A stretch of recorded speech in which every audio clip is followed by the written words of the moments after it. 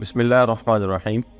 حضرت جابر بن عبداللہ رضی اللہ تعالیٰ عنہ سے روایت ہے کہ اللہ کے نبی صلی اللہ علیہ وسلم نے فرمایا، لا تمنوا الموت فإن حول المبتلى شدید۔ فرمایا کہ موت کی تمنا مت کیا کرو، کیونکہ موت کا جو منظر ہے وہ بہت سخت ہے، اور موت کے وقت کی جو ہولناکیاں ہیں وہ انتہائی شدید ہیں۔ تو ہم بس اوقات معمولی بات پہ موت کی تمنا کرتے ہیں کہ ایسی زندگی سے مر جانا بہتر ہے۔ تو مرنا بھی آسان نہیں ہے۔ اللہ کے نبی صلی اللہ علیہ وسلم نے ایسے موت کی تمنا کرنے سے منع فرمایا ہے، اور وجہ یہ بیان فرمائی ہے کہ یہ کام بھی آسان نہیں ہے۔ موت کا جو معاملہ ہے یہ بڑا سخت ہے۔ آگے اللہ کے نبی صلی اللہ علیہ وسلم نے ایک سعادت والی بات بتائی ہے کہ سعادت مند انسان کون ہے۔ آپ صلی اللہ علیہ وسلم نے فرمایا کہ وَإِنَّ مِنَ السَّعَادَةِ أَن يَطُولَ عُمْرُ الْعَبْدِ حَتَّى يَرْزُقَهُ اللَّهُ الْإِنَابَةَ۔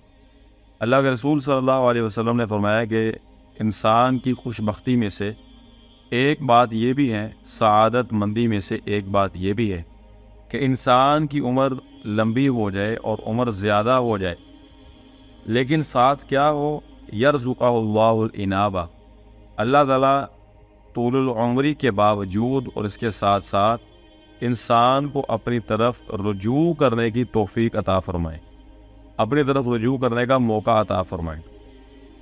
تو یہ واقعتاً بڑی سعادت کی بات ہے۔ بعض لوگوں کو ہم نے اپنی زندگی میں دیکھا ہے، آپ نے بھی دیکھا ہوگا کہ وہ لوگ بوڑھے ہو جاتے ہیں، ان کے بال سفید ہو جاتے ہیں اور ان کی عمر جو ہے وہ 100 کے قریب چلی جاتی ہے، لیکن پھر بھی ہم ان لوگوں کو ان کے بارے میں یہ کہتے ہیں کہ یار ان کی اتنی عمر ہو گئی ہے، لیکن اس کے باوجود ان کو کبھی مسجد میں نہیں دیکھا، نماز میں نہیں دیکھا، اور دین کے معاملات میں ان کو عمل پیرا نہیں دیکھا۔ تو آپ صلی اللہ علیہ وسلم نے یہاں پہ فرمایا کہ وہ بندہ بڑا سعید ہے اور بڑا سعادت مند ہے، بڑا خوش نصیب ہے کہ جس کی عمر بھی زیادہ ہو جائے اور اللہ تعالیٰ اپنی طرف آنے کا راستہ بھی اس کے لیے آسان کر دے اور وہ اللہ تعالیٰ کی طرف رجوع کرنے والا بن جائے۔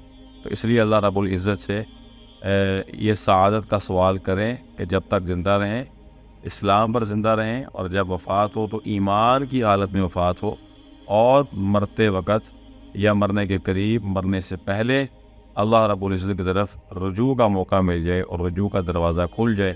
اللہ رب العزت ہمیں سب کو یہ سعادت نصیب فرمائے۔